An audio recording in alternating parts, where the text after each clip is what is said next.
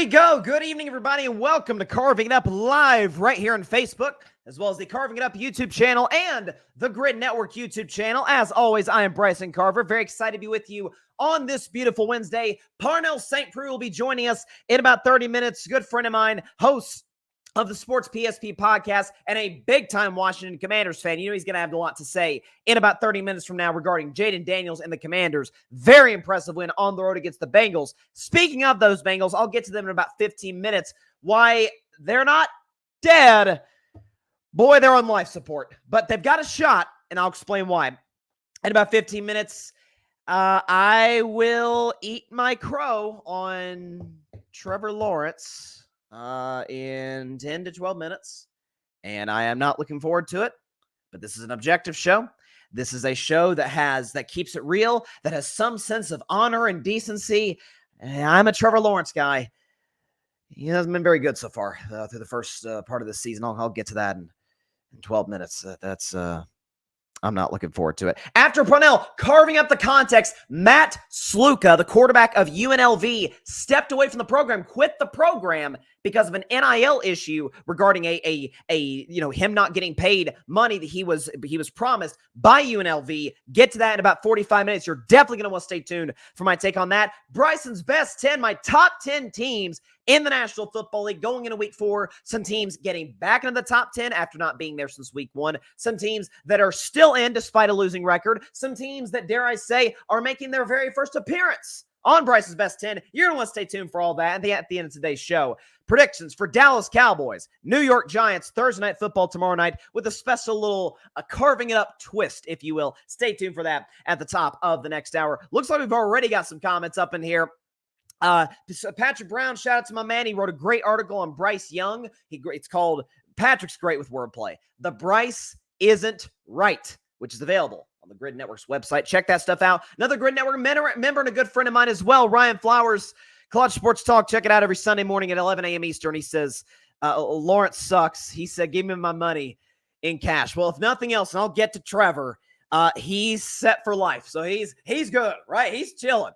If the Jaguars go 0-17, Trevor's good. He's going home to the bank a happy man. There's no question about that. We'll get to him a little bit later. But first, so it was so funny with the Buffalo Bills coming into this season, where you trade Stephon Diggs to the Houston Texans after, of course, another disappointing playoff exit at the hands of the Kansas City Chiefs. You move on from guys, what's the kid's name? Micah Hyde. Other guys that are, obviously not with the Buffalo Bills roster in terms of their defense, losing some defensive pieces. Von Miller's getting up there in age, and we have some concerns about Josh Allen. He's got a turnover problem. Is Joe Brady going to be able to replicate what he did last year? And bam, 3-0 and look unstoppable, right? They eke out a close win against the Cardinals, who are a frisky team. Marvin Harrison Jr. did virtually nothing that day, and the Cardinals almost beat Buffalo in Buffalo. Then what they do, they go on the road in a short week to Miami, and that's obviously the Tua gets concussed game, but Tua got concussed when the Buffalo Bills were up 3 touchdowns. The game was out of reach at that point. Going to a team that made the playoffs last year, division rival, those 10 games tend to be close, and smoked them. And then last night, against a desperate 0-2 Jacksonville Jaguars team, at home in Buffalo, Josh Allen is nothing short of spectacular against the Jacksonville Jaguars. We'll show you how this sort of start the S parallels to what he's done in years past. Josh Allen, though, against the Jacksonville Jaguars on Monday Night Football, okay? 23 of 30, 263 passing yards. He had 44 rushing yards, by the way. Not 1, not 2, not 3, but 4 touchdowns through the air. He had a pass rating of 142, and a QBR 0 to 100 of 98. Can't do a whole heck of a lot better than that if you're Josh Allen. But here's what I kept thinking when I was watching the Buffalo Bills, because this is a team that, despite some of the hesitancy to believe in them in this season by a lot of prognosticators and otherwise for this 2024 NFL season, I thought this was not only a playoff team, I thought this team was going to win the AFC East for reasons that I'm about to detail. And the numbers sort of show what I'm talking about here. So Buffalo being 3-0, you hear a lot of folks saying, well, I mean, they always get off to a hot start, be it 3-0, 3-1, 2, whatever the case may be. Buffalo gets out the gates, and they're flying. They oftentimes, once we get to the end of September, once we're going into week 5, a lot of folks are like, hey, Bills, best team in the NFL. And you could certainly make that case as we sit here today right now. But that's not what I want to talk about because that's common. We can show you what Josh Allen has done in weeks 1 to 3, going back to the 2020 season. So this is a 5-season sample size, so pretty big. What Josh Allen has done from 20 to 23 in weeks 1 through 3, and what he's done the first 3 weeks this year. We can go ahead and show you those numbers. All stats provided by StatMuse, all graphics provided by my man Alfred Parsard Jr. Josh Allen, 298 yards passing in weeks 1 through 3 from 2020 to 2023. About 7.7 pass touchdowns through the first 3 games, about 2 picks, 69.5 completion percentage, and a pass rating of 105. Compare that to 2024. Okay? Weeks 1 through 3 from 20 to 23, Josh Allen, 298 passing yards. This year, only 211, down precipitously from the last 4 seasons prior to this one. 7.7 passing touchdowns on average at this point in the season. He's got about 7, slightly down. But notice this. In the quote-unquote efficiency stats, interceptions, Josh has 0. Completion percentage, he tends to get out the gates with a 69% completion. He's got a 75% completion percentage through the first part of this year. And the pass rating was very, very good. Matter of fact, excellent through the first few games, the last few seasons for Josh at 105. It's now skyrocketed to 133. Now, why is that? It's the very reason I believe in the Buffalo Bills, because we know how great Josh Allen is. That goes without saying. He is no lower than third or fourth best quarterback in the NFL. We knew how great he was. This Bills defense is younger. It is, dare I say, somewhat more talented than the defenses in years past. Maybe it doesn't have the big names, but are they more technically sound than they've been in years past? Sure looks like it through the first 3 games. After that Arizona Cardinals, sort of hiccup, only giving up 20 points, not on average, only giving up 20 points in totality the last 2 games they played against the Dolphins and against the Jacksonville Jaguars. Not only that, but part of the reason I believe in the Buffalo Bills is because I believe that they were going to shift to a style of offense that is more conducive to winning in today's NFL. Stephon Diggs, even today, would be the best receiver still in the Buffalo Bills. I don't think there's any question about that. Respect to Khalil Shakir, respect to these other guys, Diggs would be the best guy. But when you had, and Josh Allen has been, not subtle in some of the shots he's taken to Stephon Diggs. He had a quote after the game where he said, basically, it's nice to have a group of guys where we don't care about our stats. That is a dig at Diggs, if you will. Okay? But what you do now, I've often joked about this. I would take the Tennessee Titans receiving core over the Dallas Cowboys receiving core. That's the example I give. CeeDee Lamb is way better, respect to D-Hop, but way better than anybody in the Tennessee Titans. But virtually everybody in the Titans, Hopkins, Ridley, and Boyd, are better than anybody Dallas has after Lamb. Having a number 1 receiver is great. You'd love to be in a situation where, when healthy, the LA Rams, right, got Cooper Kupp, they got Puka Nacua, 2 bona fide number 1 guys. But the reality is that's usually not the case. You'd like to have an A- at worst guy, A- B+ at worst number 1, and a bunch of B players after that, B wide receivers after that, dudes you could spread the ball around to. And that's what the Bills have. Khalil Shakir, Keon Coleman caught his first touchdown of his NFL career. Dalton Kincaid, who I loved out of Utah in a couple of drafts ago. You got Dawson Knox. You got, Josh still has weapons. And Josh has the best running game that he's ever had in his career with James Cook, who already has more touchdowns this year than he had a year ago. It's the best offensive line. How many times watching that game against the Jaguars, and listen, I get it. Jacksonville doesn't have a very good defense. I picked the Jags to go to the playoffs this year. I'll to a certain degree, take my medicine on Trevor in a few minutes. But that aside, Josh Allen had all day to throw Monday Night Football. Now, that's not necessarily always going to be the case, but even if it's not, Josh Allen's the best running quarterback in the NFL this side of Lamar Jackson and Jayden Daniels. He can move as well as anybody, right? Inside the pocket, outside the pocket. We know Josh can make the throws, but there's always a sense of Josh will always make. I've always said about Josh Allen, he's the ultimate WTF player. He will make a play that you're like, WTF, ain't no human in the world that can do what that guy just did. And then he'll make the WTF play. We're like, what the heck was this guy trying? There's no positive in the play. Hurdling a linebacker on 3rd and 11 when you're going to get tackled for short of a first down. That's Plays like that. But is there a chance, and I'm not saying this is the case, by the way, I want to be abundantly clear, because we only have 3 games of data. But is there a chance, with the support of his running game, with a wide receiving core where he does not have, feel pressured to force feed the ball to one guy, where he could spread the football around and be efficient, no interceptions, completion percentage at 75%, passer rating skyrocket, over 130. Is it possible?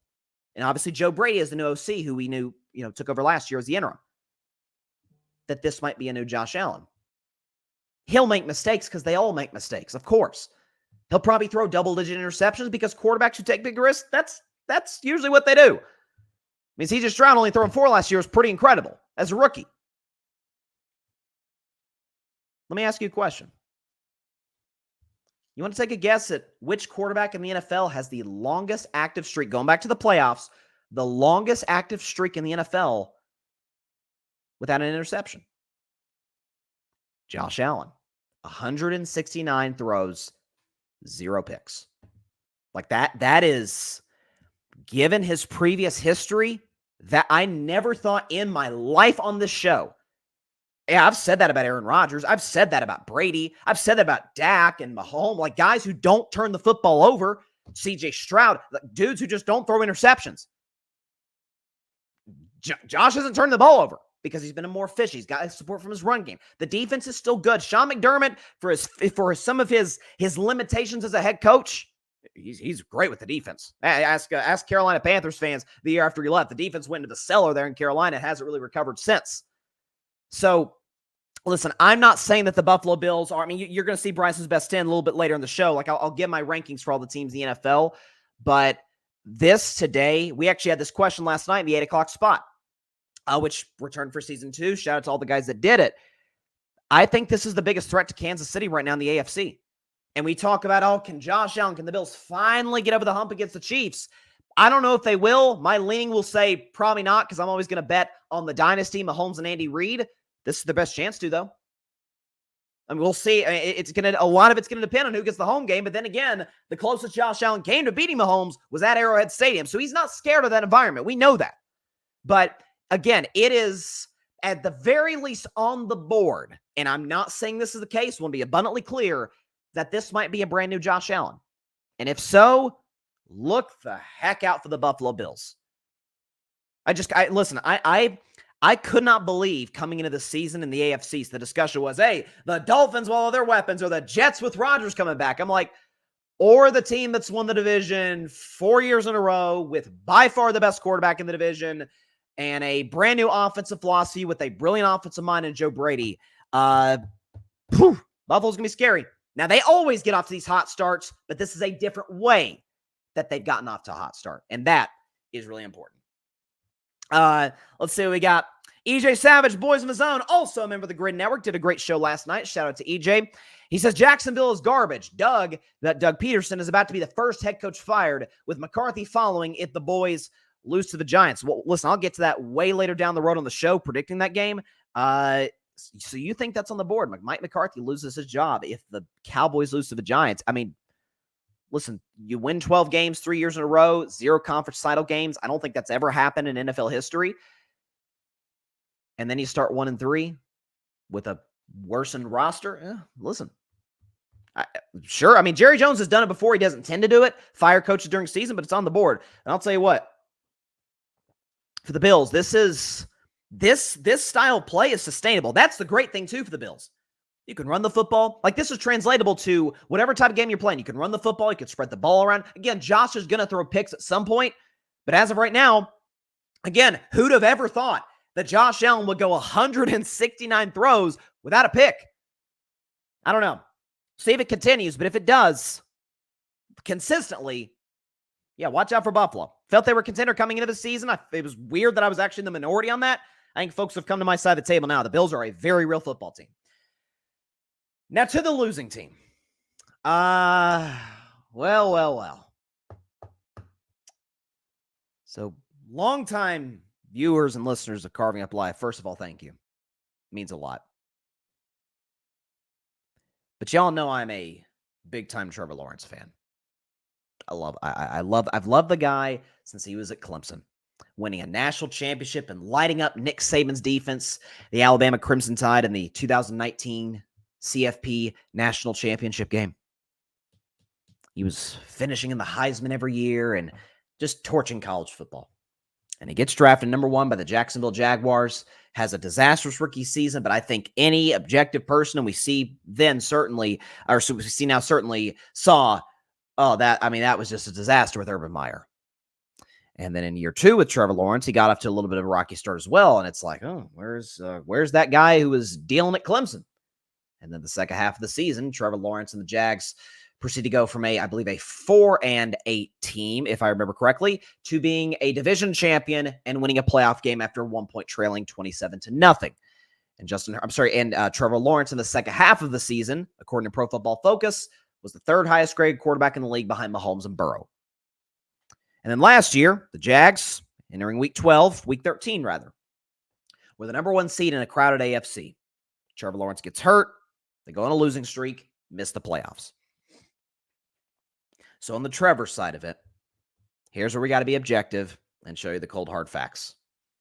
In his last 8 games, Trevor Lawrence has thrown for 228 pass yards per game. Not terrible, but nothing to go crazy about. 12 total touchdowns, 11 interceptions. That ain't good. He's not even completing 60% of his throws, 59.7. His passer rating might as well be smack dab at average at 79.7, and he has a record of 0-8. I often talk about how Aaron Rodgers has not thrown for 300 yards since the 2021 season. Well, Trevor Lawrence, by the math, has not won a football game since a few days after Thanksgiving last year. That's the last time that Trevor Lawrence was a quarterback of a winning football team with the Jacksonville Jaguars. Get to the Jags problem in about a minute and a half. Here's what I'll say. Throughout the course of that game, when Trevor was utterly abysmal, he threw obviously the interception to Damar Hamlin. First of all, thank God, what a cool moment for Damar Hamlin. His first interception of his career after all that he's been through. I was watching that play and I was like, what the heck is Trevor doing? The other side of me was like, oh, this is just awesome. Getting his first pick, doing it in Buffalo. It's a great moment for Damar Hamlin. God bless that man. He's been through everything. Shout out to him. But when Trevor was throwing picks, and there were points in the game, and Phil will tell you this, where it looked like, remember when Sam Darnold on Monday Night Football said, I'm seeing ghosts against the Patriots? It looked like Trevor Lawrence was literally seeing ghosts. Like he was avoiding a pass rush that did not exist because of his insecurity in the pocket, be it from Von Miller or being it from Buffalo's other pass rushers. Like he was, okay, what am I doing in the pocket? What am I supposed, I am lost out here. But Sam Darnold, who was not nearly as good in his first stop as Trevor was in his first and to this point only stop. Do you see what Sam Darnold is doing right now with a good roster, a brilliant coach? By the way, brilliant coach on both sides of the ball. What Brian Flores is doing with the Vikings defense, unbelievable. Where you go matters. Look what Justin Fields is doing in a more stable organization with my Steelers. You can look over. Malik Willis didn't look like he belonged on an NFL field a year ago. I watched him live in person in Nashville against the Titans, against a good defense, by the way. Oh my God, he looked awesome. Matt LaFleur. So I am willing today to sell my stock on Doug Peterson. It fizzled out in Philly. It looks to be fizzling out in Jacksonville.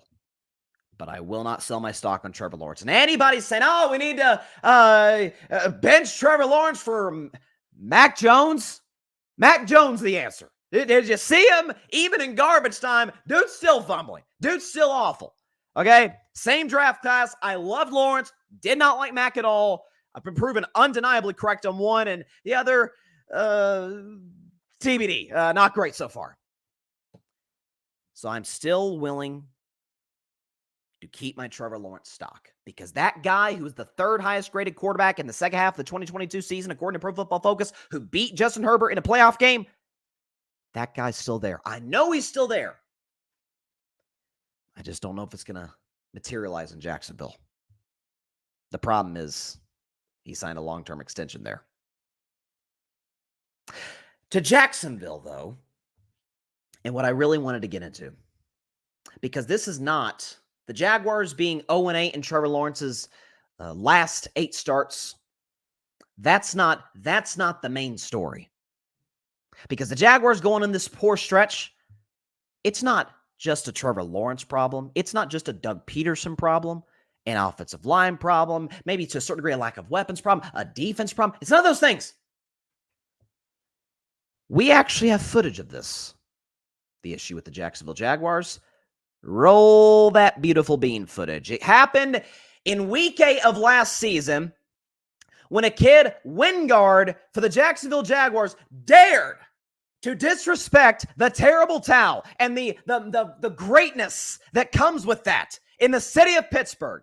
Decided to steal it from the fan, and a convoy of Jaguars defenders decided to do the same thing. We're going to steal some Pittsburgh Steelers terrible towels. We're going to wave in an Acrisure Stadium and disrespect the team that we are in the process of handing an L to. But here's what I can tell you, folks. You don't disrespect that towel, because since that moment, the Pittsburgh Steelers, my Pittsburgh Steelers, are 9-5, and the Jaguars, folks, are back to being in the drubs of the NFL with a 3-9 record. I'm just saying, when you do certain things, when you disrespect certain honored traditions by all-time great legendary franchises which the Pittsburgh Steelers obviously are, that's what you get. So Jacksonville, hold this L. You don't deserve Trevor Lawrence. I'll tell you that much. How dare they wave that terrible towel? Unbelievable. Patrick Brown. He does not like Trevor Lawrence. I've been waiting for this. Tiki Sunshine Lawrence is not the quarterback everyone hyped up. He got paid for what he did prior to being drafted. And Patrick says, I've got a little rhyme for you. Oh, God. Old McCorkle had a field. E-I-E-I-O. And on that field, he had a miss. E-I-E-I-know. With a miss here and a miss there. Throw a pick here and everywhere. Old McCorkle can't throw a ball. Well, we do agree on that, Patrick. Mac Jones is not very good. He's not very good at all. We'll get to Parnell in about 7 minutes to talk Washington Commanders, but there was a second game, obviously, far more entertaining. Cincinnati Bengals, Washington Commanders. From Cincinnati, Bengals, just like the Jaguars, desperate 0-2 team. Unlike the Jaguars, this is a team that with a healthy Joe Burrow has Super Bowl aspirations. I obviously got there a few seasons ago. The year after that, came oh so close, losing to the Chiefs in the AFC title game. And last year, to a certain degree, y'all just kind of threw out because of the fact that Joe Burrow, of course, went down with the season-ending wrist injury against the Baltimore Ravens on a Thursday night. Oh, but the problem is this with the Bengals. Their defense is bad. It's ranked 26th overall in the National Football League. I'm still not willing to quite yet sell my stock on the Cincinnati Bengals.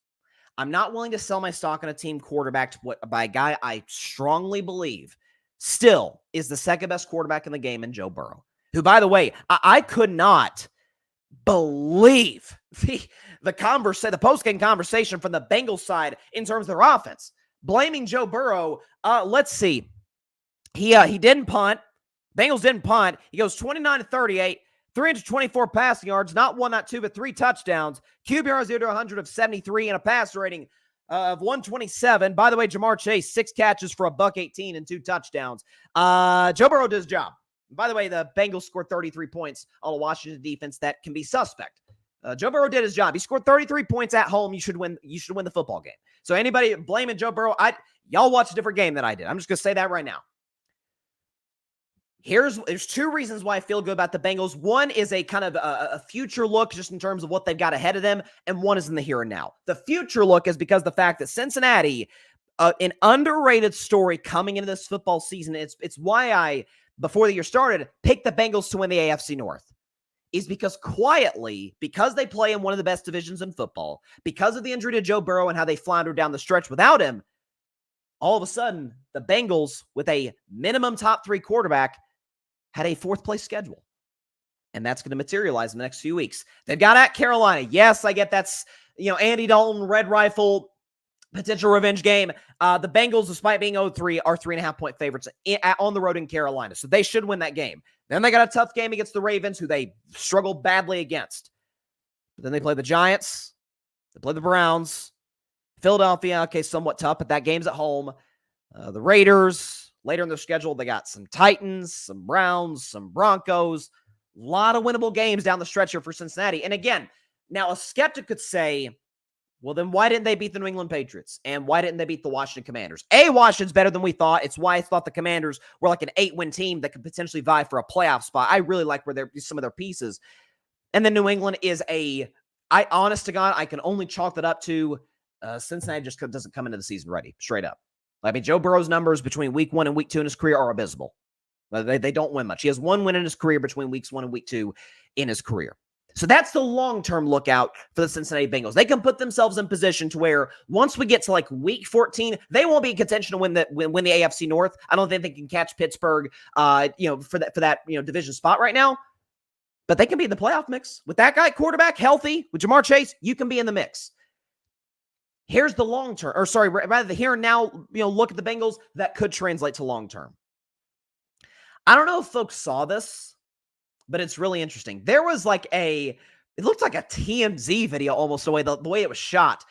Joe Burrow, Zach Taylor, and Lou Anarumo, quarterback, head coach, defensive coordinator, had a meeting almost immediately after the game. There's a video. We don't have it on the show here, but there's a video of all three walking to a little closed-off area in the bowels of the stadium to have a little conversation. Now, I have to imagine that it was Burrow who called this conversation because Burrow did his job. Scored 33 points, 3 touchdowns, passer rating in the 120s, no turnovers, no punts. He was great. Zach Taylor, game planning. Are we ready? 0-3 start. With this level of talent offensively, that shouldn't happen. And Lou Anarumo, who I've often praised as one of the best defensive coordinators in football, the Bengals defense is not good.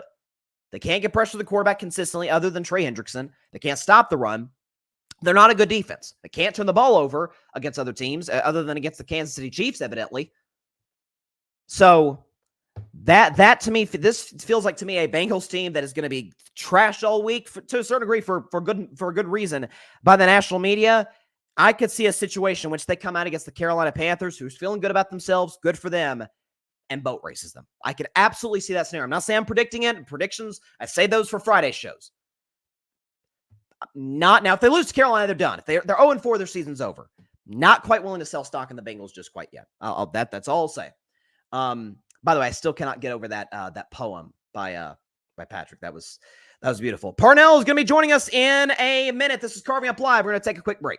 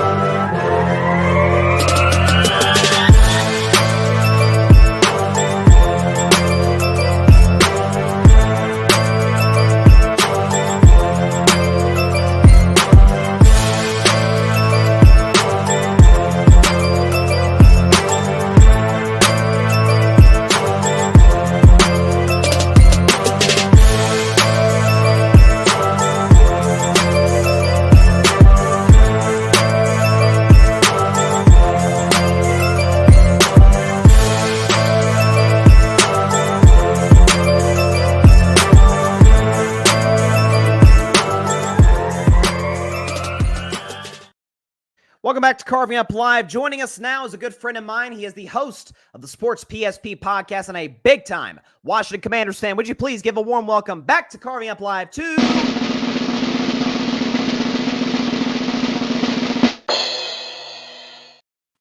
Parnell Saint-Preux, who is joining the show once again. Parnell, my man, how you doing today? Good, man. How you doing, man? I'm doing good. It's great to have you back on the show. So, almost immediately after that game was over, at least once it got to the point where it was evident that your Commanders were going to win, I was like, listen, I got to get Parnell on the show. I got to get his thoughts on what's going on here. First and foremost. Because I was afraid that the Bengals were just going to beat us up. But once I saw the scoreboard and once I looked at the highlights of Jayden Daniels, I was just amazed. especially the throw he threw to Terry McLaurin to seal the deal. Um, you know, prior to the draft, I was skeptical of Jayden Daniels because of his size. That was the one concern that I had. I actually was leaning towards having Drake May on my team, but I'm glad that I'm proven wrong. Jayden Daniels, since he's been with the team, it's been great. As far as Washington collectively, it was a great win. I still have concerns about the defensive part. We gave up a ton of points. No shame against the Bengals. Ironically, week 2, we won that game against the Giants, but we only settled for field goals in that game, kind of like how your Steelers settled in that game against Atlanta. Sure. But I'm just very happy, very excited on what I'm seeing from Jayden Daniels, and this is just the potential. He's only scratched the surface, and imagine how great he can be with Washington, hopefully with an offensive line, because with an offensive line to help him out as well, oh, sky's the limit for him and Washington. Sky is the limit. And you mentioned that throw to Terry McLaurin. We actually do have a clip of that. I mean, this is, other than the Anthony Richardson throw against the Texans in week 1, this might be the throw of the NFL season thus far, with a guy coming in his face, unblocked, to throw, again, essentially off his back foot, Absolutely. a perfect ball to McLaurin in the back of the end zone, which basically sealed the deal for your Commanders to get the W. So, you mentioned that game against the Giants last week. It's one of the craziest stats of the year. The Giants somehow managed to lose a game in which you guys score 0 touchdowns, they score 3. It's pretty incredible. And again, it's kudos to Washington's ability to move the football. Thoughts on Cliff Kingsbury? So we know he obviously was the head coach of Texas Tech, then the Arizona Cardinals, was very famous for coming out the gates, flying, and then, just completely floundering at the end of the season. Thoughts on what he's doing as the offensive coordinator now with Jayden Daniels, and is this going to be a situation where it flames out like it hasn't in years past, or is this something where Jayden Daniels is going to progressively, it's hard to improve much off that last performance because that was incredible, but progressively gets better as an overall quarterback. What do you think Cliff Kingsbury's sort of input onto that is? Well, I think so far right now with the offense, you're seeing the potential, what it can be, and Jayden Daniels, a dual threat quarterback with Cliff Kingsbury. Cliff Kingsbury, you look at his history. I mean, he had Caleb Williams before he was the offensive coordinator of the Washington Commanders. He was the head coach for the Arizona Cardinals. Of course, he worked with Kyler Murray. And, Texas Tech, a lot of quarterbacks. My guy, Baker Mayfield, he worked with before he went to Oklahoma. Patrick Mahomes, of course, he worked with Johnny Manziel during his time at Texas A&M, the year in which Johnny Manziel won the Heisman Trophy in 2012 as a redshirt freshman. So Cliff Kingsbury with his offense helps. I just like the fact that he's incorporating more of Austin Eckler and Brian Robinson Jr. Unfortunately for Austin Eckler, he's injured with the concussion. So I hope for an opportunity for Brian Robinson Jr. and whoever's left with our running backs. But I love what I'm seeing with the offense. And like I said before, this is without an offensive line. Imagine once we have an offensive line, hopefully by free agency and the draft. But I love what he's doing. He definitely belongs in the NFL as an offensive guy. I do believe he could be a head coach again in the NFL because, again, Really? he knows offense. He knows how to work with quarterbacks. And if he can actually do some things with Jayden Daniels, he will have a better chance. I mean, why not? You were the head coach before. He may have another opportunity to become one again. So I have my skepticism in that regard just because we've seen guys who are more suited to be OCs than head coaches. I mean, I think Arthur Smith of my Steelers is, excuse me, as a prime example, was not good in Atlanta, but you saw what he did in Tennessee with Ryan Tannehill, what he's doing now with Justin Fields. I tend to think that guys like that sort of fall in that category. I don't know if he's necessarily head coach material, Cliff Kingsbury, but, we'll see as time goes on. And to your point, I actually talked to you about this not that long ago. With the offensive line concerns, that I don't think it would be as much of an issue, at least in the here and now, for Jayden Daniels because of his mobility, what he can do with his legs. But like you said, once he does get that O-line, yeah, he's got a chance to be really special. Dan Quinn, clearly the Dallas Cowboys miss him. They are far and away the worst rush defense in football. I see that just brings a smile to your face as the division rival of the Cowboys. Thoughts on Dan Quinn? Again, he's a defensive specialist. We know his history with the Legion of Boom back in Seattle. Is right now, is it a coaching problem? Is it a personnel problem? Because thus far, we know Dan Quinn knows how to work with the front office, build a staff. Thoughts on his sort of contributions thus far in this 2-1 start for Washington? I think it's more personnel. I mean, Okay. first of all, last year you look at Washington, we had the worst passing defense and the worst scoring defense last year in the NFL. Remember the Thursday night football game last year in which Justin Fields torched by Yep. Commanders that day. But look, I think he's just doing a good job. I did like the fact that he brought in Bobby Wagner, obviously because of the Seattle days. Having a guy like Bobby Wagner, veteran guy, bringing some leadership, helping out the team. I think that can work. Um, our defense, though, that's a concern. I mean, I have concerns about the secondary. Of course we got rid of our two best pass rushers last year in a trade, Chase Young and Montez Sweat. I had no problem with the Chase Young trade because Washington didn't pick up his 5th-year option, and if he had a great year, then okay, we're gonna have to pay him. And we didn't want to make the same mistake, kind of like how the Giants did with Daniel Jones. He didn't pick up his Sure. 5th-year option. He had an improvement year in 2022, and guess what? You're paying him $40 million. Montez, I wanted to keep Montez, but he ended up getting traded to Chicago. Chicago eventually took care of him and his money. Wish Montez nothing but the best. So we got to address that area as far as the pass rushers, and we got to improve our secondary. I really wanted Christian Gonzalez out of the draft, out of Oregon, instead Great of player. Emmanuel Forbes, because he has the speed, but also, unlike Emmanuel Forbes, he has the size and physicality. So having him there in Washington would have helped, especially when you're going up against wide receivers like AJ Brown, CeeDee Lamb, now Malik Neighbors. So, but time will only tell. Remember, it's still year 2 under the new ownership with Magic Johnson and the owner for the Philadelphia 76ers. It's going to take me some time in order for me to figure out, okay, what exactly are they trying to do?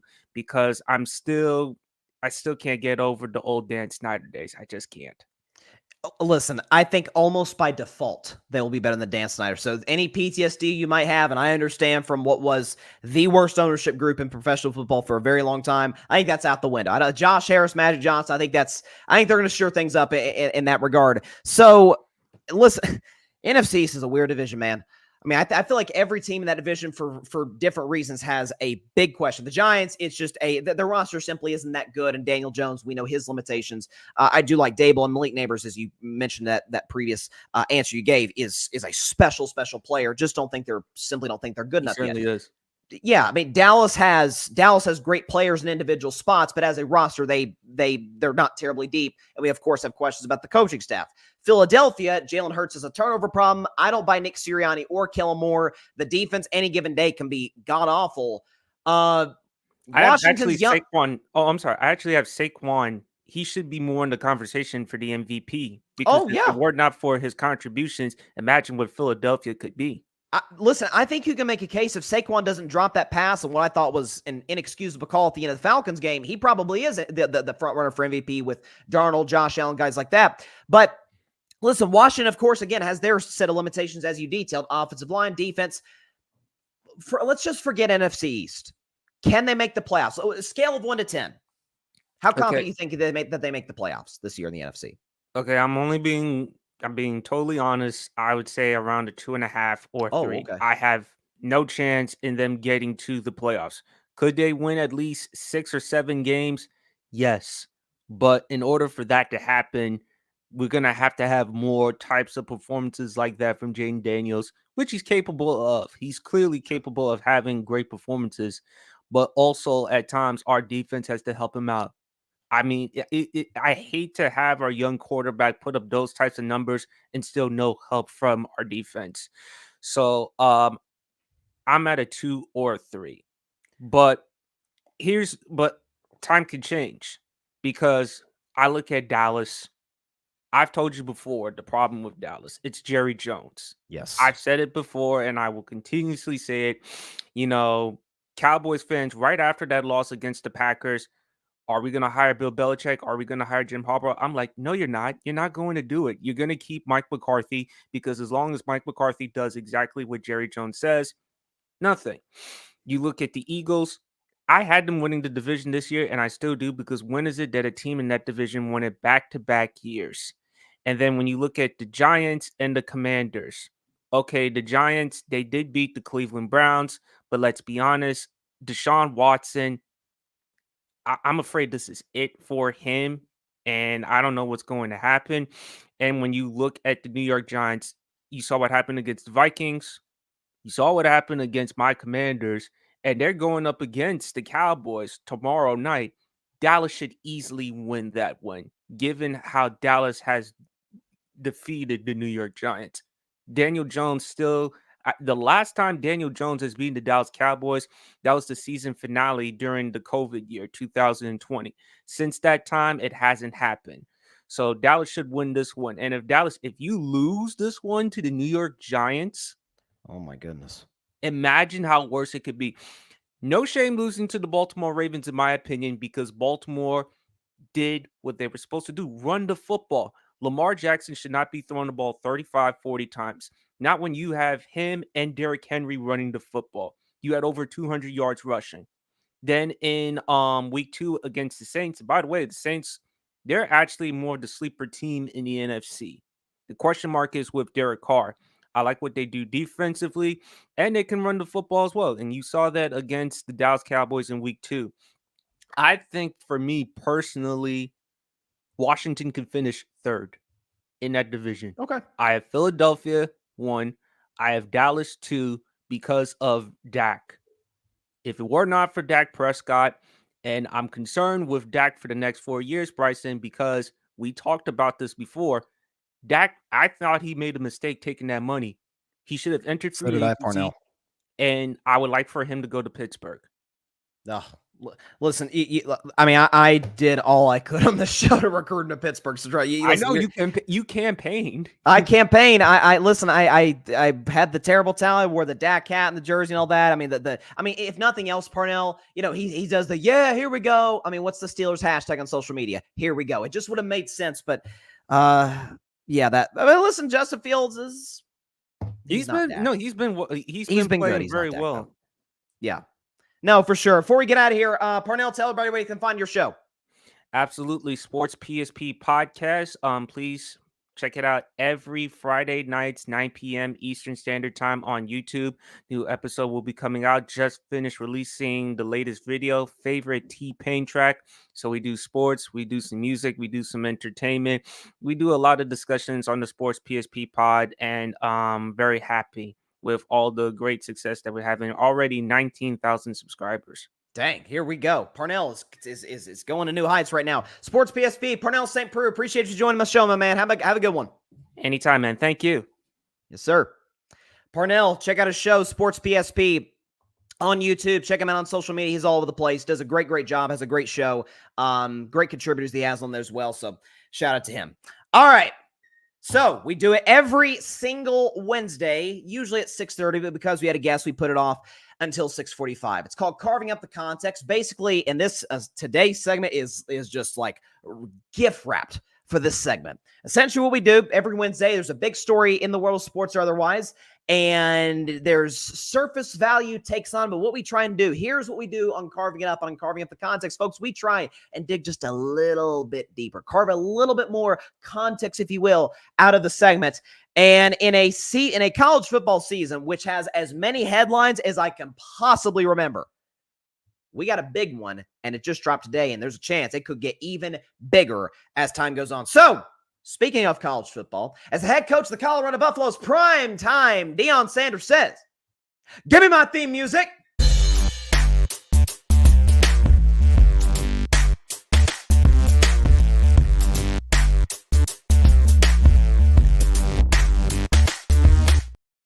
On this week's edition of Carving Up the Context, we're going to be talking about a guy you've probably never heard of because I've never said him on the show. His name is Matthew Sluka. He, was the quarterback of the of UNLV in the Mountain West Conference. So, big story in college football is today. So, UNLV, just to set the stage, 3-0 on the season, Okay, Sluka was having a pretty solid year. 6 touchdowns, 1 interception, so great touchdown-interception ratio. Passer rating through the roof of 136. So Matt was playing really, really good football. And UNLV, by the way, in the latest coaches poll, AP coaches poll, was ranked 23rd, so in the top 25. A team that was kind of on the come up, having one of their best starts of the season that they've had in some time. My man Ryan Flowers, who lives in Vegas and has UNLV season tickets, could tell you that right there.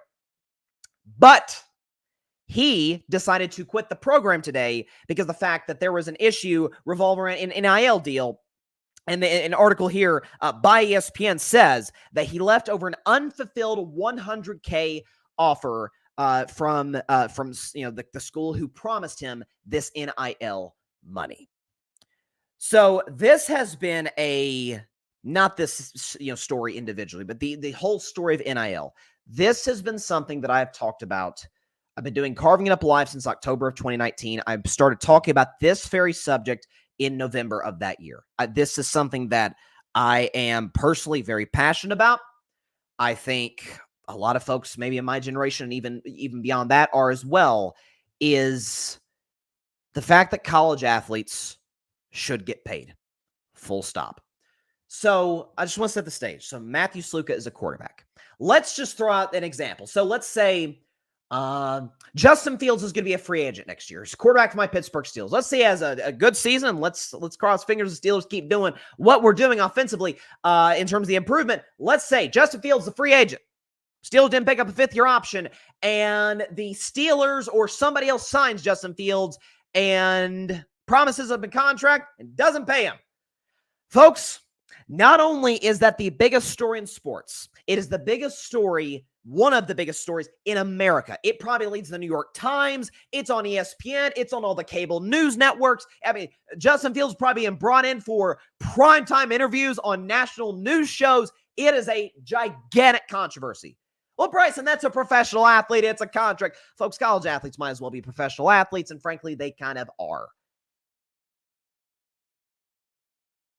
And they should be, because they bring in millions upon millions. Listen, UNLV's no Alabama or Texas. We know that. But UNLV's still a Division I program in Las Vegas. Like, listen, they get the requisite amount of attention for where they're at in the landscape of college football. And you would think the quarterback who's leading them into the latest coaches poll, being in the top 25, playing really, really good football, would not get, keeping it real on the show, lied to by UNLV.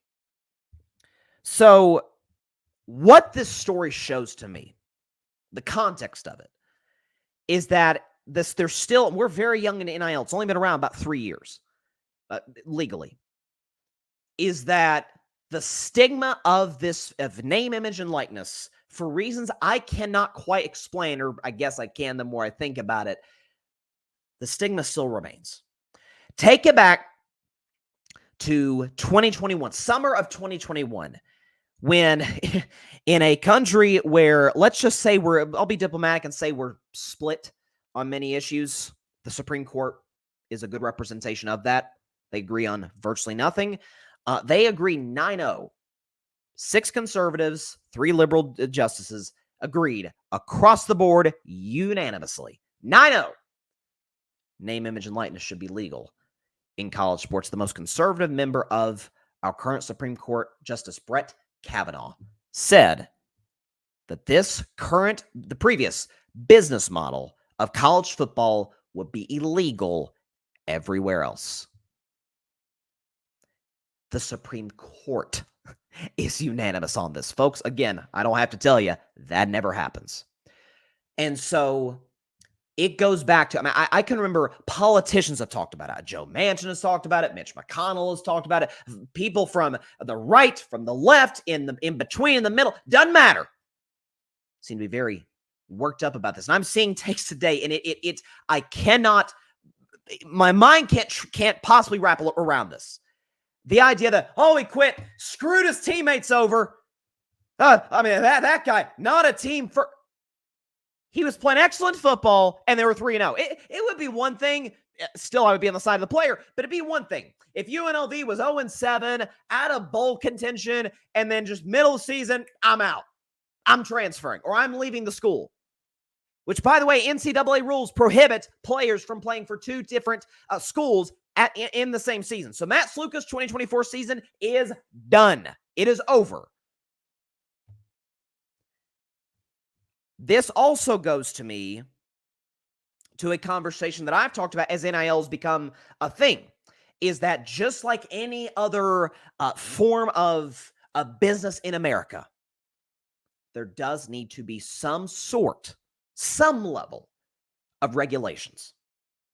We're in a spot where UNLV is doing what they did with Matt Sluka, where that is illegal. Well, we're in a spot. Look, by the way, I'm not so certain that it isn't illegal, that Matt Sluka isn't going to lawyer up, as they say, and take this as far as he can take it and get what he can get. Which, by the way, more power to him. God bless him. I hope he gets what he can. There's a lot of reasons why some folks are against NIL. Some of it really are, to a certain degree, as deep as, is it going to be a wild, wild west type of situation, as I talked about with the lack of regulations, which, again, I say there does need to be. There's folks that do feel that way, and I respect that, because as a guy who's fully in favor of NIL, I not only get that argument, I agree with a lot of it. But it goes back to certainly the NCAA, first and foremost, is the idea, amateur athletes, they're recruited, they come to the school, the full ride to this college, this institution, and get their education, and they're in the most physical and brutal sport that there is in this country, football, putting their bodies on the line every single play, while simultaneously making millions of dollars for their institution. To go to what Justice Kavanaugh said, that would be illegal in every other business. It doesn't happen. And it goes to, again, as I said earlier, the stigma surrounding it. When a Brian Kelly leaves Notre Dame for LSU, he gets criticized. When Lincoln Riley leaves Oklahoma for USC, he gets criticized. Certainly locally, he gets ripped to shreds, but nationally, it happens. But if a player in the middle of the night just dares to skip a meaningless bowl game, you got a certain sector of the media and fans that rip him to shreds. I remember Christian McCaffrey did it. Folks crushed Christian McCaffrey. Oh, he's a bad teammate. He's not there for his squad. How could he possibly? Oh, I don't know. He wants to not blow out his knee and cost himself millions of dollars, which, by the way, because NIL was illegal, he couldn't do. A lot of athletes have that story. Jalen Smith. Remember Jalen Smith? He played at Notre Dame. Played in the Fiesta Bowl against The Ohio State University. Was a consensus top 5 pick in the upcoming NFL draft, blows out his knee, is a second-round pick, and never reaches his potential. We have stories like that in college football. Is the idea that you are supposed, and listen, it's the beauty and the curse of college football. The beauty of college football is the fact that there is the pleasantry. There is the tradition, the bands, the rivalries, the energy in these stadiums. Again, I'm a Vols fan. When I tell you Neyland Stadium it's like a spiritual experience on Saturday afternoons and evenings. When that place gets rocking, man, forget about it. It's unbelievable. And the Pride of the Southland Band playing Rocky Top, 100,000+ singing in unison. It's beautiful. The tailgates, college game day, college football is awesome for all those reasons. But so many folks get blinded by the pleasantry, the logos, the schools, the history, all of this, and put that ahead of the actual athletes on the field. The fact that there are folks that do have the take, this kid quit on his team. What incentive does he have to quit on his team? The 3-0, he's playing really good football, and they're probably about to be in the top 25 with a chance, mind you, to maybe get in the college football playoff as that 12 seed. The idea that, he didn't care. He cared more about the money. No, he cared about not being lied to. He cared about being a part of an organization, of a program that has some level of honesty and decency. And so, listen, hats off to Matt Sluka. I wish him nothing but the best moving forward. Feel bad for the other guys at UNLV. Listen, there's another Ryan Flowers, again, Las Vegas UNLV season ticket holder, host of Clutch Sports Talk with the Grid. Check his show out on Sunday mornings. he texted me right before I went on the show and said that another player quit. Now, I don't know the details of that. I don't know if it's related to NIL. I don't know if he's doing that in protest to support his quarterback. I don't know what that situation is. What I do know is that locker room for the rest of the season is fractured. It is torn to shreds because evidently the higher-ups, be it the part of the UNLV program, we'll get more information as time goes on, and Pete Thamel on ESPN is, doing a great job, covering this, but it goes to how we do need regulations in NIL, but also, to me, the bigger story is the stigma that still surrounds the fact that it's still controversial in 2024, the year of our Lord, for college athletes who bring in millions of dollars for these athletic programs, for the facilities, all of these different things, make a lot of rich men and women richer, can't benefit, or the folks think they shouldn't benefit from their own name, image, and likeness. Go on social media. Now, listen, I get Twitter can be a cesspool for a lot of garbage, but that take exists out there. There's a sector of fans and media that are against this kid. And I think it is wrong. It is I would go so far as to say almost immoral. Frankly, it's anti-capitalist if we're going to be real about it. If we're going to go that route. Listen, God bless this kid, Matt Sluka. Kid better lawyer up, I'll tell you that. Or shouldn't say better. He's in the he's in the catbird seat to a certain degree. Listen, get your lawyers and get ready to roll. Because this story is only going to get bigger as time goes on. This kid got screwed over in a major way from a dishonest program, evidently so with UNLV. If this were a pro athlete, we'd go crazy. But Bryson, it's not a pro athlete. It really kind of is. This whole amateur athletes, that's nonsense. That's BS. That's absolute BS. This isn't high school sports. So shout out to this kid. Wish him the best moving forward. That is it for this week's edition of Carving Up the Context. Matt Sluka, get your money, young man. Get your money. Listen, I've talked about this. The first time I did, 2019, November 2019, two events happened almost simultaneously with James Wiseman at Memphis and a basketball player, and Chase Young, pass rusher at Ohio State.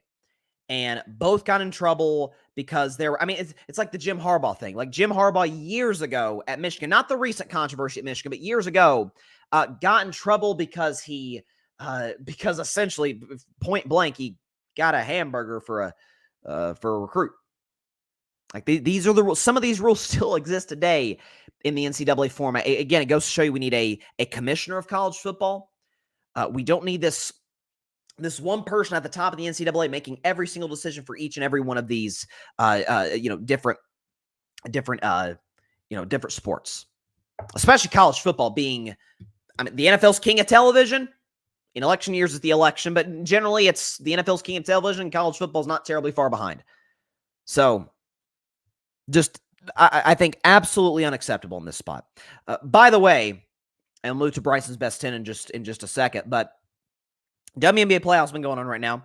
Vegas advanced, Liberty advanced, two teams that faced off in last year's finals. Caitlin Clark, though, Indiana Fever, facing a do-or-die, win-or-go-home game against the Connecticut Sun in Connecticut.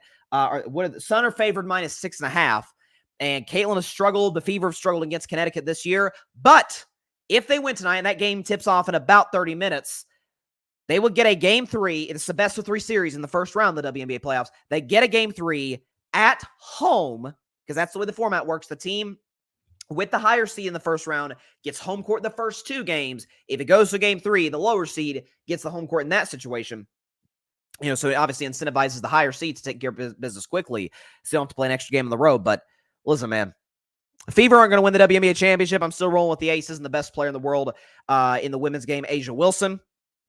Becky Hammond, great coach, all that Kelsey Plum.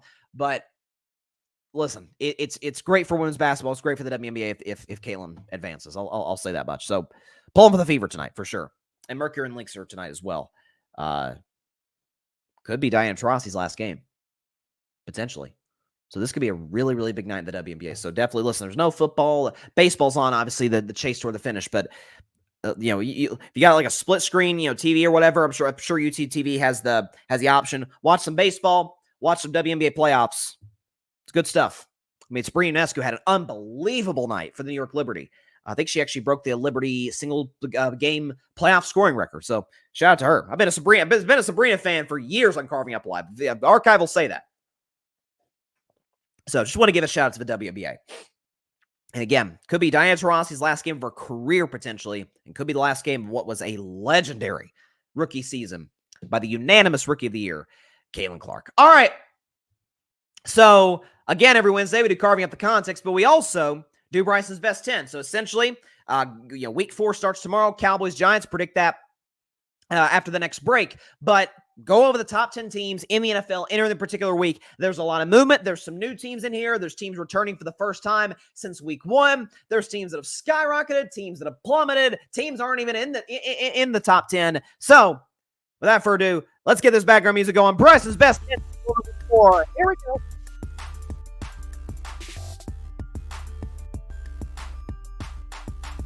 We will start at number 10, the 10th best team in the National Football League, down a couple of spots from last week. It is the Atlanta Falcons. The Falcons are the 10th best team in the National Football League, and here is why. So listen, Atlanta, the sky is not falling. Relax. In the words of Aaron Rodgers, right? RELAX. So your first loss comes to a Pittsburgh Steelers team, sure at home, but that was kind of a road game for the Falcons. Pittsburgh Steelers fans, shout out to all of us out there who travel better than any franchise out there.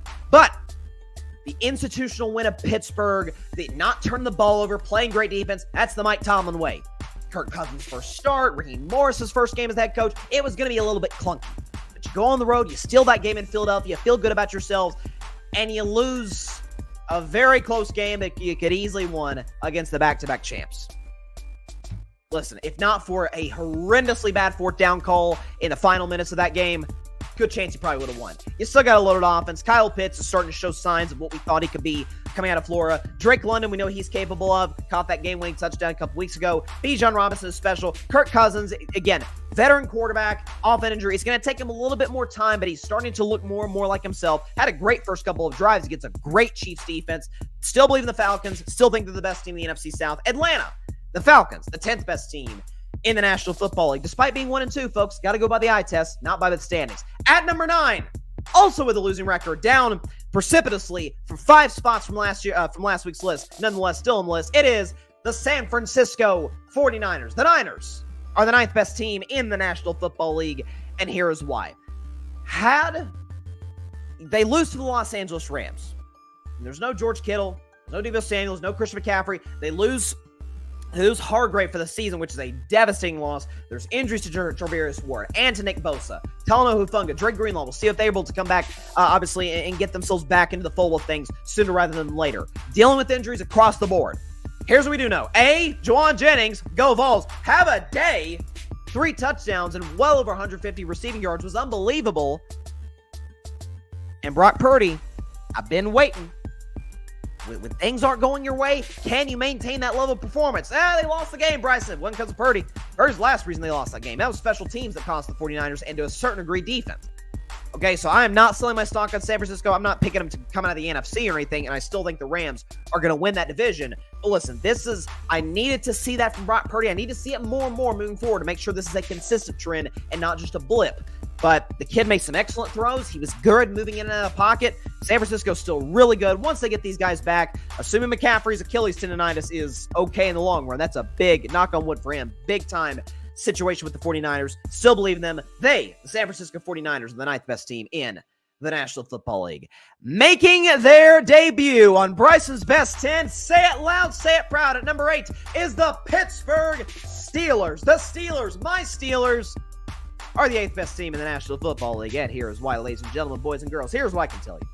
I can tell you the simple fact that Justin Fields, top 5 in the NFL in terms of completion percentage. I can tell you this, folks, that the Pittsburgh Steelers defense is second, if number serves me correctly, second against the run, 6th against the pass, 1st overall in terms of points per game given up. Ladies and gentlemen, the Pittsburgh Steelers, my Steelers, give up on average 8.7 points per game. And by the way, it's not like they've been facing the easiest schedule in the world. At Atlanta with a good offense. Going on the road, obviously, to Denver. Listen, Denver's still got a good home field advantage. That's Sean Payton and Bo Nix, who looks great in week 3, by the way. Pittsburgh shut them down. And then in week 3, facing an LA Chargers team that was playing really good football. Justin Herbert, yes, he was beat up, but he didn't get injured and knocked out of the game until the second half.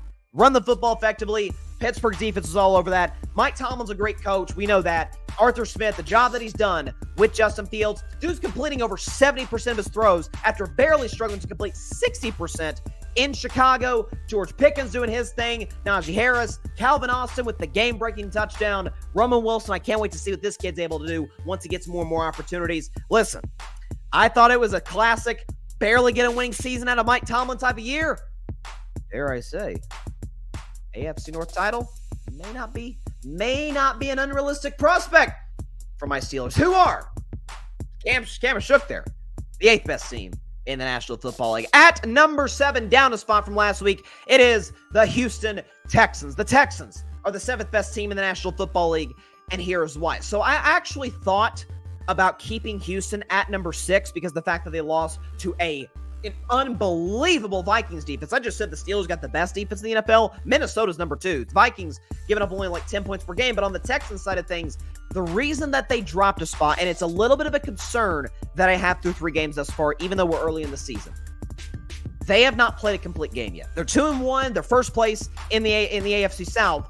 But in week 1, bad defensive performance against a quarterback in Anthony Richardson who can hit the home run ball and the deep ball. But in the intermediate routes, yikes, guy is bad, straight up bad in that regard. Bad defensive performance in week 1. Well below average offensive performance. Yeah, Chicago's got a really good defense, but still would have liked to see a lot more from CJ Stroud and that Texans offense. Not turn the ball over in the red zone in week 2. And then week 3, it was just they were outclassed by a Vikings team that was more ready to play than them, obviously with the home field advantage at home in Minnesota. CJ Stroud's still a great quarterback. My only concern with this team, it's the reason that I wasn't quite love their organizational structure and their roster was not quite as high as everybody else was, is they're just a little bit too young. Historically speaking, usually teams that go on to win Super Bowl, a lot of veterans, Texans just simply don't have that many veteran guys. You could say Stephon Diggs, we know his issues he had with Josh Allen. Listen, they got a great coach, they got a great quarterback, unbelievable roster of young guys. I just don't quite think they're ready yet to go on a deep playoff run. I still think they're probably in a situation to win the AFC South almost by default because the rest of the teams below them. Yikes. Texans. Houston Texans are the 7th best team in the National Football League. Making their debut on Bryson's Best 10 this season. At number 6, it is, welcome, the Minnesota Vikings. The Vikings, from unranked to number 6, are the 6th best team in the National Football League, and here's why. So Sam Darnold, leading the NFL in touchdown passes. Didn't see that coming. Goes to show you, again, props to Darnold. I loved his talent coming out of USC, but teaming up with Kevin O'Connell, doing the job that he's done. Darnold, who is a turnover machine with the Jets, with the Panthers. He's just straight up not turning the football over through the first 3 games of the season. Again, a Vikings defense giving up 10 points per game. Brian Flores, listen, it's 3 weeks in. Take a bow, sir. Okay, listen, Minnesota had a talented defense, but 2 years ago, this was defensively the worst pass defense in professional football. Last year, take a step up. This year, along with Pittsburgh, the 2 best units in the NFL on that side of the football, doing what they did to blow out San Francisco. The score is not indicative of how much they dominated that game. To blow out the Niners and then blow out a Houston Texans team, missing Jordan Addison, missing TJ Hawkinson, dealing with injuries to some of your guys defensively. I was very, very, very, very impressed by what's with the Vikings. Do I think they're a contender? Listen, Nick Foles once hoisted a trophy. I mean, we've seen crazier things, but I don't think you can win a Super Bowl with Sam Darnold. I mean, that's what history shows. I loved him out of USC. I wanted to believe him so bad for the longest time, but I sold stock. I'm buying back into Sam Darnold stock, at least with Kevin O'Connell. Vikings team's really good. 3-0, and they beat 2 really quality opponents in the last 2 weeks. Minnesota Vikings, the 6th best team in the National Football League. At number 5, down 2 spots from last week, it's a team that I've been higher on the most, the Los Angeles Chargers. The Chargers are the 5th best team in the National Football League, and here is why. So, listen, At the end of the day, the LA Chargers lost to a Pittsburgh Steelers team that is the best defense in football. Pittsburgh was at home for the first time in a long time. That was Pittsburgh's first home game since right before Christmas last year. Okay, so it's been a minute since we played at Acrisure Stadium doing what we did on that side of the ball. So, again, Justin Herbert, who, again, I said coming in this game, should not have played with that ankle injury. Save him for the Kansas City game. The line for that game, by the way, Chiefs on the road, -8.5. That tells you Justin Herbert's probably not going to play this week. Joe Alt got hurt in this game, and y'all know the thing about Joe Alt. The dude is as special a tackle as we've ever seen in the history of the NFL draft. Is unbelievable. Him and Rashawn Slater, best tackle duo, bar none, in the National Football League. I still like this Chargers defense, but they're going to be missing Derwin James this week against Kansas City. So if the Chargers somehow find a way to beat the Chiefs, they might be like number one next week. Who knows? I still love Jim Harbaugh. I still like their weapons a lot. Quentin Johnson looks playable, unlike a year ago where he looked like a total bust. J.K. Dobbins is excellent. I'm not selling my stock of this Chargers team. I'm holding firm to my prediction that they will get to the AFC title game and lose to their arch rival Kansas City Chiefs. The LA Chargers are the 5th best team in the National Football League. At number 4, making Bryce's best 10 for the first time since week 1. My sister's going to love this one.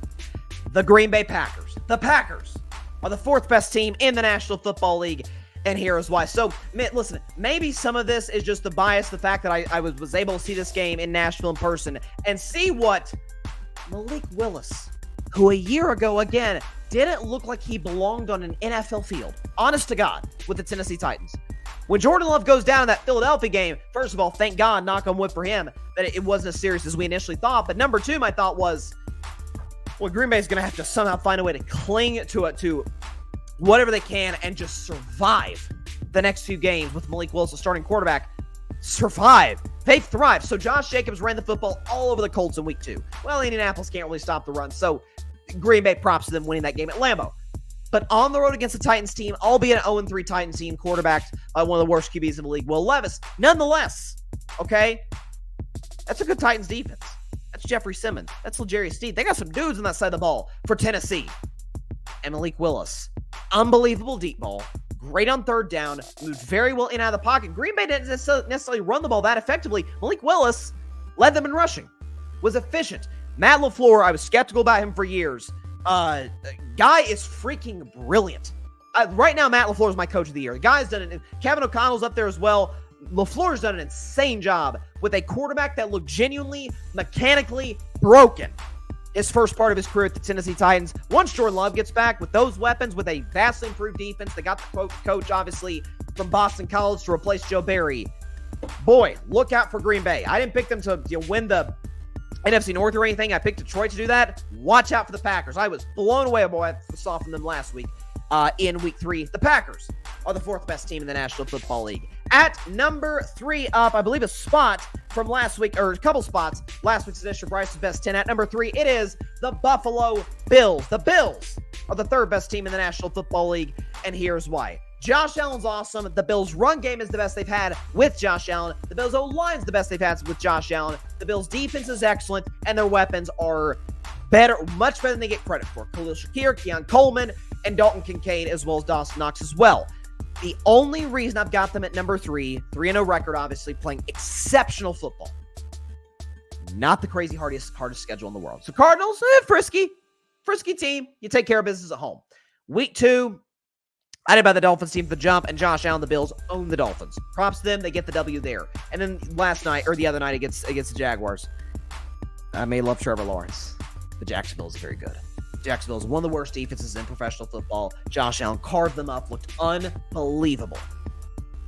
They're the biggest threat to the Kansas City Chiefs, the AFC. That said, it's an overall body of work, not just this season, but what we know from you in seasons past. The typical 1-2 team, the 49ers, is not going to be at number 9 on this list in the top 10 if they had a losing record a season ago. They're just not, right? Your body of work does matter. The Bills' body of work say they always win the division. They're always a playoff team. They always start the season red hot. This is a different type of red hot, to be a sustainable red hot for the Buffalo Bills. Nonetheless, I've got them at number 3. The Bills, the 3rd best team in the National Football League, because at number 2, still not moving a spot from where they've been at since week 1, it is the Detroit Lions. The Lions are the 2nd best team in the National Football League. And before I tell you why, can I get a word, Dan Campbell? Kneecap. Kneecap. Kneecap. Kneecap. Oh, I know. I'm overrating the Detroit Lions. Whatever. Here's what I will tell you. I remember saying this all last season with the Kansas City Chiefs when I consistently kept having them in the top 5, and it is this. Okay? A Chiefs defense, which in years past, frankly, hadn't been very good, was dominating the first part of their schedule. And their offense just simply did not get it going. Mahomes wasn't playing great. Kelsey didn't look the best, and all this and all that.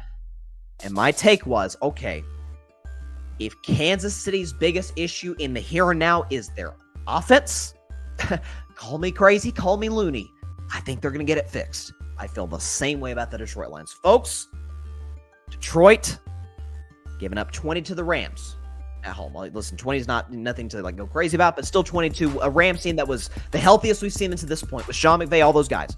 Indoor Stafford making his return to Detroit. Week 2. Oh, Tampa Bay, Baker Mayfield went off. Yeah, he did go off, but he was bad on third down, and the Bucs went to the end of that game at the finish, right? That's because Detroit was playing great defense, and Nate Hutchinson was unblockable. And then against the Arizona Cardinals, Kyler Murray, Marvin Harrison Jr. lighting the world on fire, which they have the capability to do any given Sunday. 13 points. In Arizona, 13 points given up to a Cardinals team that had just previously scored 41. If offense is the issue in Detroit, Jared Goff, again, struggling against pressure, and they tried the trick plays, Jahmyr Gibbs, Amon-Ra St. Brown. Sam Laporte is hurt, knock on wood for him. I made the bold prediction that he will be regarded as the best tight end in football at season's end. That looks somewhat, that doesn't look like that may necessarily happen, depending on how serious this injury is. They've still got a phenomenal offensive line. Goff is still good when you give him protection. Their weapons are good with Gibbs, with St. Brown, with Jameson Williams, David Montgomery. They got some dudes on that side of the ball. Ben Johnson's gotten off to a little bit of a rough start as their OC. He'll get things fixed. This Detroit defense is exceptional. It's better than I thought it'd be when I picked them to make the Super Bowl of the NFC. Aiden Hutchinson, Terry Arnold, they got some really, really excellent players on that side of the ball. If offense is Detroit's problem, call me nuts. They're going to get that fixed. The Lions are the second best team in the National Football League. And of course, staying where they've been since the start of the season. At number 1, it is the back-to-back world champion, Kansas City Chiefs. The Chiefs are the best team in the National Football League, and here's why. A lot of my argument that I made for Detroit kind of applies to Kansas City to a certain degree, right? But with a different little twist on it. Yes, Kansas City's defense is playing exceptional, which we kind of did expect that from them given what they did last year when they were probably the second or third best defense in football a season ago. And their offense hasn't gotten it going. Patrick Mahomes, 19th. This is insane. 19th in the NFL in pass rating. Not great. Travis Kelce has been nothing short of invisible for Kansas City. Here's the good news. Rashee Rice, who legal situation pending, we'll see if he'll probably won't get suspended until next season. But Rashee Rice on the field has been unbelievable. Whether it's Kelce drawing the attention away from Rashee Rice, whatever it is, Reed, Mahomes, scheming, they've been great. Okay, this kid Carson Steele, the kid they ran the ball with against the Falcons, no Isaiah Pacheco, he looked pretty good. He looked really good. Kansas City's defense is excellent, and keep this in mind as well. Yes, Kansas City hasn't looked as pretty, as sexy as we've wanted them to look on offense. Here's what we know. They beat the Baltimore Ravens at home. I think Baltimore's good? Yeah. Beat the Cincinnati Bengals at home. The Bengals been good against the Chiefs and have a great quarterback? Yeah. And then they beat the Atlanta Falcons on the road in Atlanta. What was literally dubbed by Adam Schefter the biggest game in Mercedes-Benz Stadium history. And they beat a very talented Atlanta Falcons team on the road, led by their defense. Hardest schedule in the league through 3 weeks. Best quarterback in the world. Kansas City's overrated. Oh my goodness. I got one word for you from the partner of the second most famous, maybe at this point the most famous Kansas City Chiefs. I just got one thing to say to you, okay? With the Chiefs being the best team in professional football. You need to calm down. That's all I'll say. All right, that is it for this week's edition of Bryce's Best 10. Let's go and pull up the list right here. My top 10 teams going into week 4, from 10 to 1, I got the Falcons, 49ers, Texans, my Steelers, Vikings, Chargers. That says Texans at 8. It actually should say It should say Steelers 8, Texans 7. My bad on that little snafu. But Chargers 5, Packers 4, Bills 3, Lions 2, Chiefs as the best team in pro football. I don't know what was up with that graphic there. The Steelers at 7. I had the Steelers at 8. Hey, you know what? Maybe I do in my heart of hearts have the Steelers at 7. But nonetheless, they're 8th on Bryson's best 10. All right. Be back in a moment. Final segment for predictions with the predictions for the Dallas Cowboys and the New York Giants. Be back in a minute on Carving It Up Live.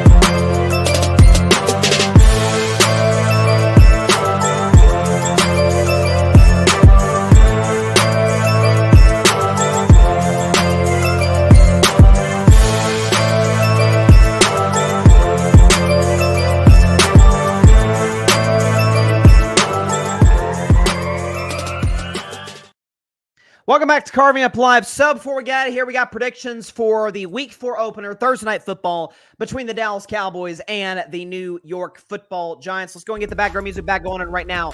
So, is it on? Okay, there we go. So the Cowboys, despite being 1-2, this is a matchup of 1-2 NFC East teams.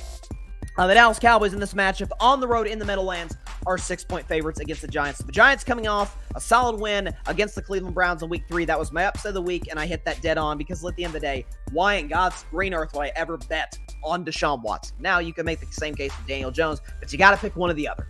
You got to pick one or the other, and Daniel Jones has simply been playing better football than Deshaun at this point. Malik Neighbors, you seen this kid? Okay, it looks like he's just as good as advertised. Against a really good Browns defense. Neighbors in Week 2 against the Browns was able to haul in 8 catches for 78 yards and 2 touchdowns. This kid reminds me to a certain degree of a DeAndre Hopkins and of a George Pickens. And what I mean by that is his catch radius is unbelievable. You throw the ball anywhere near where he's at in the field, and he's got a great chance of pulling that thing down. So kudos to Malik Neighbors. Kid is just as good as advertised. So Giants could easily be sitting in a position. Listen, I talked about Parnell earlier. They lose the game against the Commanders in Week 2, okay, where they score 3 touchdowns. The Commanders score 0 touchdowns, and the Commanders win the game. Like that, I have never heard of that. I've heard of 2 touchdowns against 0 field goals losing. Never heard of 3 touchdowns against 0 field goals losing. That's what happened with the Giants. Again, they're at home in this matchup. Their last, the first one on the road, obviously coming at Cleveland, so they're looking for their first home win. For Dallas, well, they're only played another one road game this year, and they won it against Cleveland. Now, again, that's against Deshaun Watson, who's not very good. But Dallas and Dak, the passing game has been sporadic. It's been a little all over the place. Here's what I feel good about in this matchup, and really why I'm rolling the way that I'm rolling in this matchup, is the fact that CeeDee Lamb had one of the worst games I've ever seen him play last week against the Ravens. He had the forced fumble, the ball punched out of his hands when Dallas looked like they were about to score a touchdown early in the first half. And then he was, again, some drop passes, some miscommunication with Dak. He was getting pissed at Dak on the sideline. Dak appeared to publicly call him out after the game, saying that we've got to be more professional. CeeDee Lamb goes to the media yesterday and says, hey, I got to be better. I let my team down, really taking accountability for a bad performance on his part. So CeeDee, Dak, by the way, if you remember a year ago, CeeDee and Dak were not on the same page against the 49ers in that Week 5 debacle for the Cowboys. From that point on, CeeDee Lamb and Dak were the best quarterback-receiver tandem in the NFL. Dallas' defense can't stop the run, but I don't really trust the Giants' run game. If they still had Saquon, I might feel a little bit differently. But the New York Giants looks like they may miss potentially both of their top 2 corners for this game. Against CeeDee Lamb, that is bad news across the board. But more than anything, in this game, to put a little carving it up spice on it, we can talk about the analytics and all the things going on with this Cowboys-Giants game. Here's what I do know, is that the last time that Dak Prescott, Dakota Prescott, lost to the New York Giants, Barack Obama was president. Captain America Civil War was the #1 movie in the country. This was the TikTok logo, and it wasn't even called TikTok. It was called Musical.ly, okay? TikTok was Musical.ly. Last time Dak lost to the Giants. Patrick Mahomes was still playing at Texas Tech. Kevin Durant was in his first season with my Golden State Warriors. This guy was,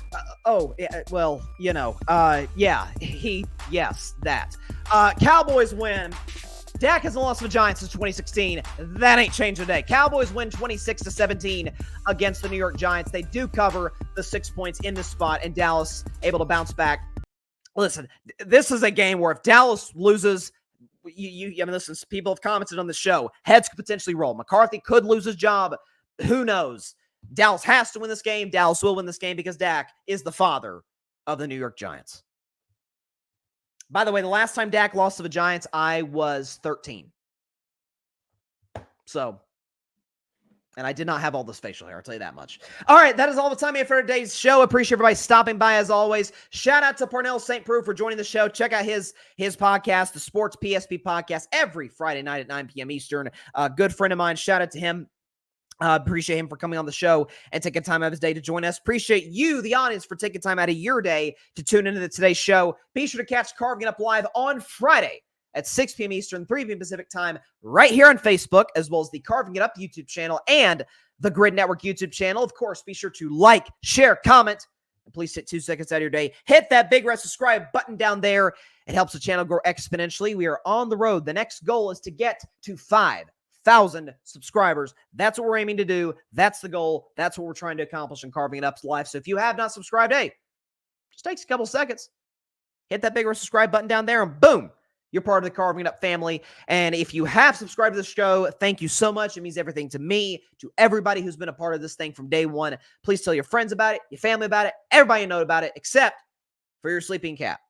It has been because of the effects. I think there's a hurricane going on here in Tennessee. We're seeing like some of the effects of that. It has been pouring the rain where I'm at. And y'all know how cats are with rain. Nealon is not happy. He's not vibing with it whatsoever.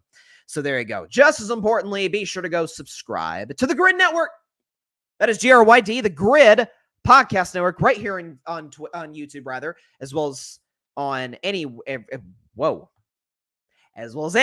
and everywhere that you get your favorite podcasts, be it Apple Podcasts, Spotify, iHeartRadio, any and everywhere that you get your favorite podcasts. You can find us at the Grid Network, where we dare to be different. Patrick Brown writing some great articles for the Grid Network's website. Check his stuff out. Wrote a great piece on Bryce Young recently. Check out the Grid's website and check out for sure all of our incredible content creators in the audio space, in the YouTube space, on social media, all over the place. The Grid, 8 o'clock spot return last night, folks. Get on the wave now because it's only getting bigger. Okay, it's only getting bigger. Get on while you can. Because you don't want to say you're a bandwagon. That's not true. We'll take anybody to be supporters of the Grid because we are coming. We are rising, and we are moving. All right, see you on Friday. Please be sure to stay safe out there. Please be sure to take care of your physical as well as your mental health. And please, please, please be sure to contact your local state representatives and senators to demand change for gun violence in America. Doesn't matter where you lean, right, left, center.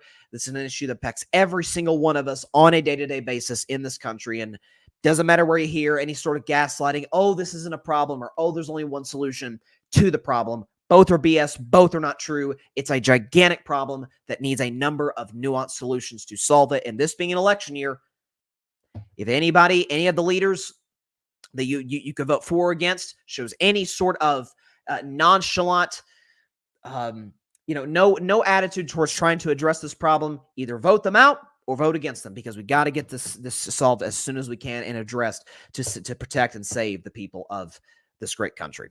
All right. I will see y'all on Friday. We're going to have Cowboys Giants reaction. We're going to have the Vol View. We're a lot of stuff. I advise you to tune in. We're going to have a good time. See you then. Stay safe out there. God bless y'all. Peace out. I'm wearing the Red Sox hat, by the way, because this may be the last show that I'm doing where we have a poll. So we'll see what happens. Thanks so much for watching the show on YouTube, and be sure to go click that big red subscribe button and check out the other clips and full shows from Carving It Up Live, as well as our other incredible content creators here on the Grid Network.